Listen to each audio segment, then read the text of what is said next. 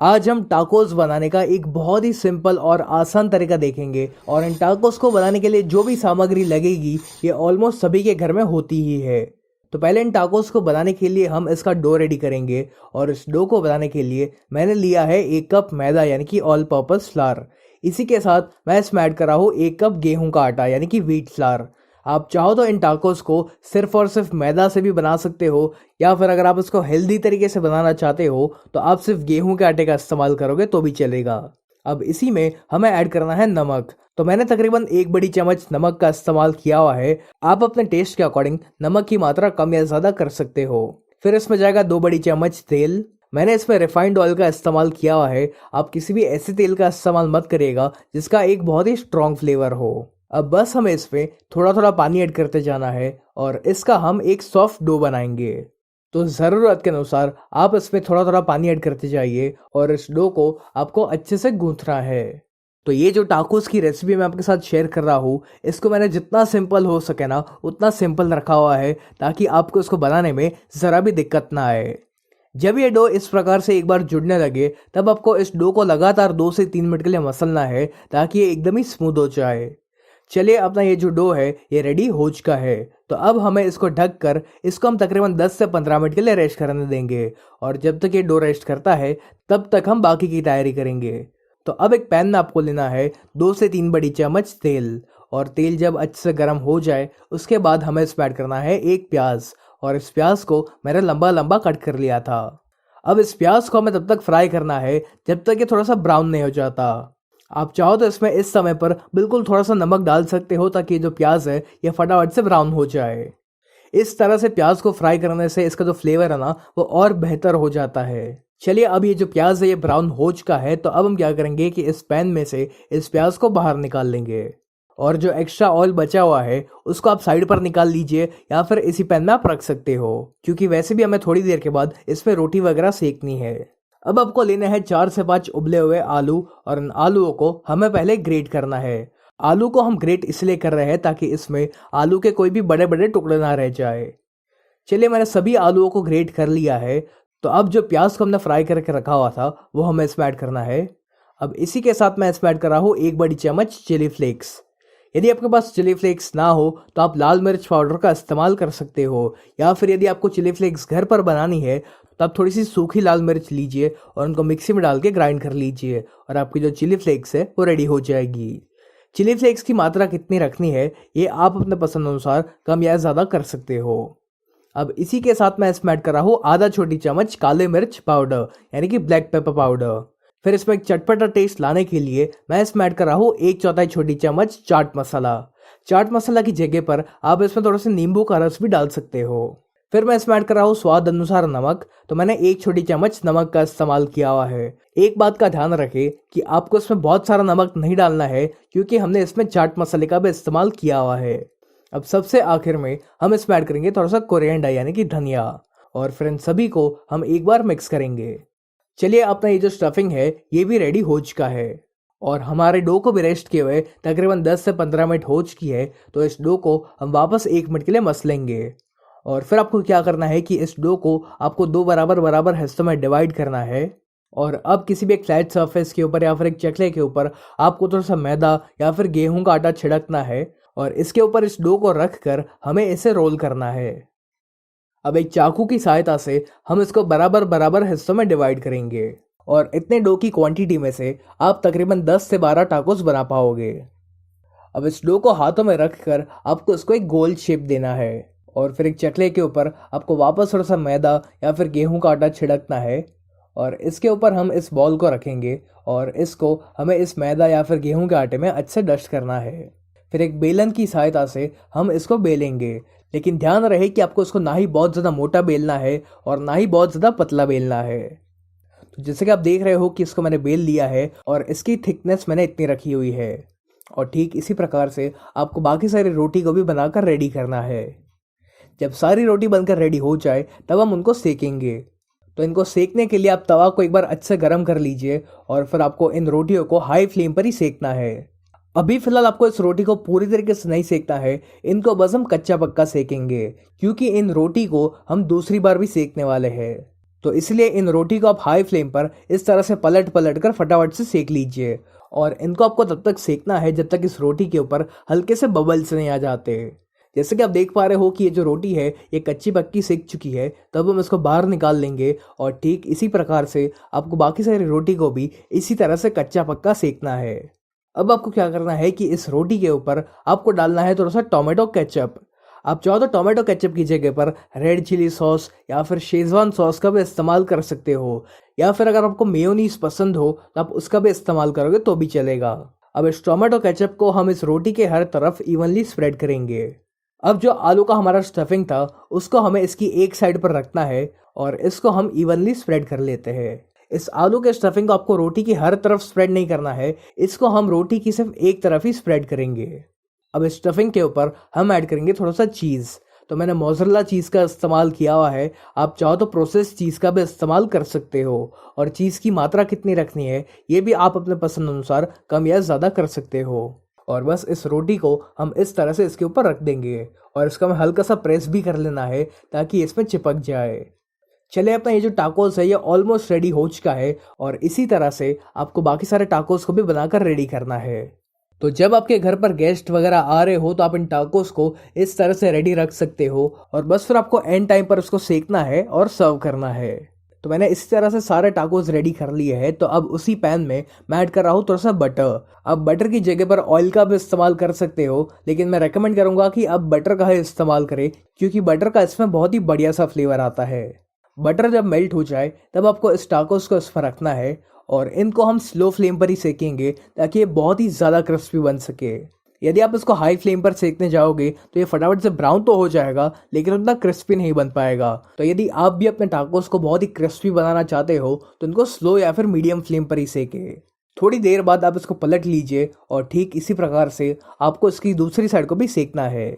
जब दोनों साइड्स अच्छे से सेक जाए तब हमें इसकी नीचे की साइड को भी सेकना है। तो 2 चम्मच की सहायता से आप इसको इस तरह से सेक सकते हो। चलिए, हमारा ये जो टाकोस है ये हर तरफ से अच्छे से सेक चुका है, तब हम इसको बाहर निकाल लेंगे। और ठीक इसी प्रकार से आपको बाकी सारे टाकोस को भी बनाकर रेडी करना है। तो ये जो टाकोस है ये दिखने में जितना सुंदर लगता है उससे कई ज़्यादा ये बनाने में आसान है और खाने में क्रिस्पी होने के साथ साथ ये बहुत ही टेस्टी बनता है। तो आप भी इस टाकोस की रेसिपी को एक बार ज़रूर ट्राई करना और आपको और कौन सी रेसिपीज जाननी है ये आप मुझे कमेंट करके ज़रूर बताएं। अब हम एक और बढ़िया सी रेसिपी देखेंगे जिसको बनाना वाकई में बहुत ही आसान है और ये खाने में एकदम ही टेस्टी बनता है। तो इसको बनाने के लिए पहले आपको लेने हैं 2 कप मकाई के दाने यानी कि कॉर्न कर्नल्स। और ये जो मकाई के दाने हैं ये कच्चे ही है, इनको मैंने उबाला नहीं है। और इनको मिक्सी में डालकर आपको इसको पीसना है, लेकिन इसको आपको एकदम ही बारीक नहीं पीसना है, इसको आपको हल्का सा दरदरा रखना है। जैसे कि आप देख पा रहे हो कि ये जो मकाई के दाने हैं इनको मैंने दरदरा पीस लिया है। तो अब एक पैन में या फिर एक कढ़ाई में आपको लेना है 2 बड़ी चम्मच तेल। और जब तेल एक बार अच्छे से गर्म हो जाए तब हम इसमें ऐड करेंगे एक बारीक कट किया अनियन यानी कि प्याज। और इस प्याज को हम तब तक भूनेंगे जब तक ये हल्का सा सुनहरा यानी कि गोल्डन ब्राउन नहीं हो जाता। प्याज जब हल्का सा सुनहरा होने लगे तब हम इसमें ऐड करेंगे 1 बड़ी चम्मच ग्रेट किया अदरक।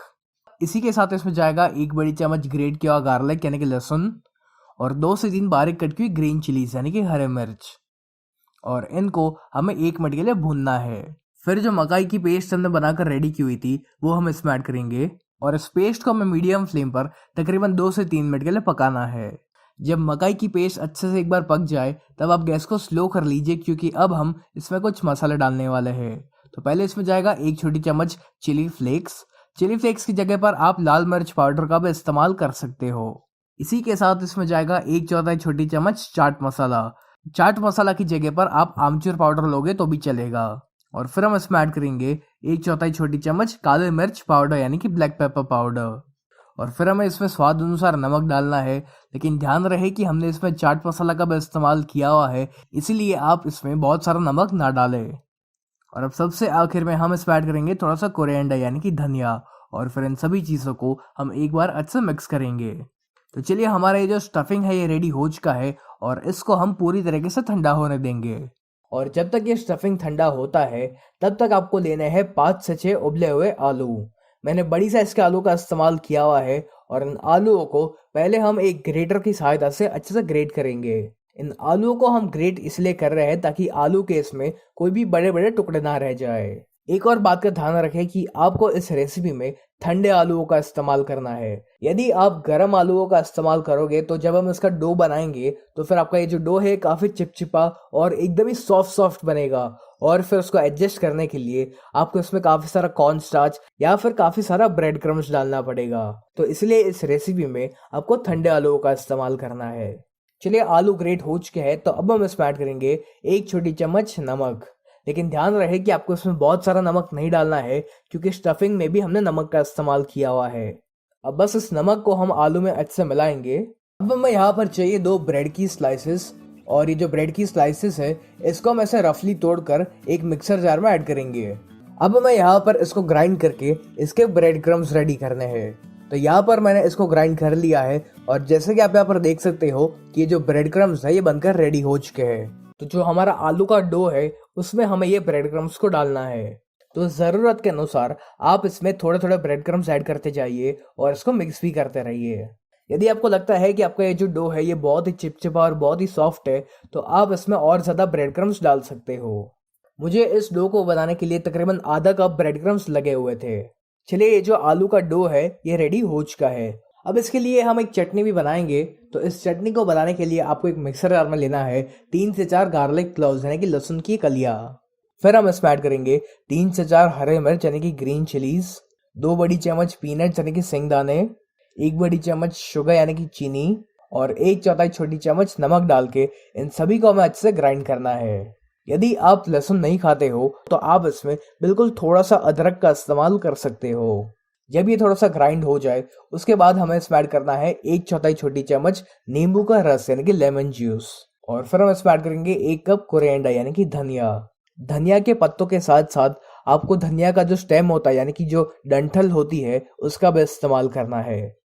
और यदि आपके पास धनिया कम पड़ा हो तो आप इसमें थोड़ा सा कैप्सिकम भी डाल सकते हो। कैप्सिकम का इस्तेमाल करने से इस चटनी में एक अच्छा सा कलर तो आएगा ही, साथ ये जो चटनी है ये थोड़ी सी गाढ़ी भी बनेगी। अब इसी के साथ हम इसमें 2 से 3 बड़ी चम्मच पानी ऐड करेंगे ताकि ये जो चटनी है ये अच्छे से ब्लेंड हो जाए। तो बस हमें इसको अच्छे से ब्लेंड करना है और इसकी चटनी रेडी करनी है। इस चटनी को ब्लेंड करते समय पर आप इसमें 2 से 3 आइस क्यूब्स का भी इस्तेमाल कर सकते हो ताकि जो चटनी का कलर है वो चेंज ना हो जाए। चलिए, यहाँ पर जो धनिया की चटनी है ये रेडी हो चुकी है और काफ़ी बढ़िया सा कलर आया हुआ है इसका। अब आपको हाथों में लगाना है थोड़ा सा ऑयल ताकि ये जो स्टफिंग है ये हाथों में चिपके नहीं। और फिर इस स्टफिंग में से हमें छोटे छोटे साइज के बॉल्स बनाने हैं। चलिए, ये जो बॉल है ये रेडी हो चुका है और ठीक इसी प्रकार से आपको बाकी सारे बॉल्स को भी रेडी करना है। अब जो आलू का डो था उसमें से भी हमें ऐसा मीडियम साइज का बॉल बनाना है और फिर हम इस बॉल को दबाकर फ्लैट करेंगे बिल्कुल एक पूरी की तरह। और फिर जो मकाई के स्टफिंग का जो बॉल था उसको हम इसके ठीक बीच में ऐड करेंगे और फिर इस आलू के डो को हमें अच्छे से बंद करना है और फिर इसको हथेलियों के बीच में रख कर हम इसको एक गोल शेप देंगे। चलिए, हमारा जो बॉल या फिर पेटिस है ये बनकर रेडी हो चुकी है और ठीक इसी प्रकार से आपको बाकी सारी पेटिस को भी बनाकर रेडी करना है। अब बारी आती है इनको फ्राई करने की। तो इनको फ्राई करने के लिए जो तेल का तापमान है वो काफ़ी अच्छे से गर्म होना चाहिए और एक साथ आपको इसमें सिर्फ 3 या 4 पेटिस को ही फ्राई करना है। यदि आप एक साथ बहुत सारी पेटिस को फ्राई करने जाओगे तो तेल का तापमान कम हो जाएगा और चांसेस है कि ये जो पेटिस है इसमें फट सकती है। तो इसीलिए एक साथ सिर्फ 3 या 4 पेटिस को ही फ्राई करें। इनको आपको मीडियम फ्लेम पर तब तक फ्राई करना है जब तक ये गोल्डन ब्राउन और क्रिस्प नहीं हो जाते। और जैसे कि आप देख पा रहे हो कि अब ये जो पेटिस है ये काफ़ी अच्छे से गोल्डन ब्राउन हो चुके हैं और बहुत ही क्रिस्पी भी बन चुके हैं। तो अब हम इसको बाहर निकाल लेंगे। इनको आप चाहो तो एक टिश्यू पेपर पर निकाल सकते हो ताकि जो भी एक्सेस ऑयल हो वो एब्जॉर्ब हो जाए। तो लीजिए, हमारी ये गर्मा गर्म और बहुत ही सुंदर और टेस्टी मकाई की पेटिस बनकर रेडी हो चुकी है। इसके आवाज़ से ही आपको पता चल गया होगा कि ये जो पेटिस है ये कितनी क्रिस्पी बनी हुई है।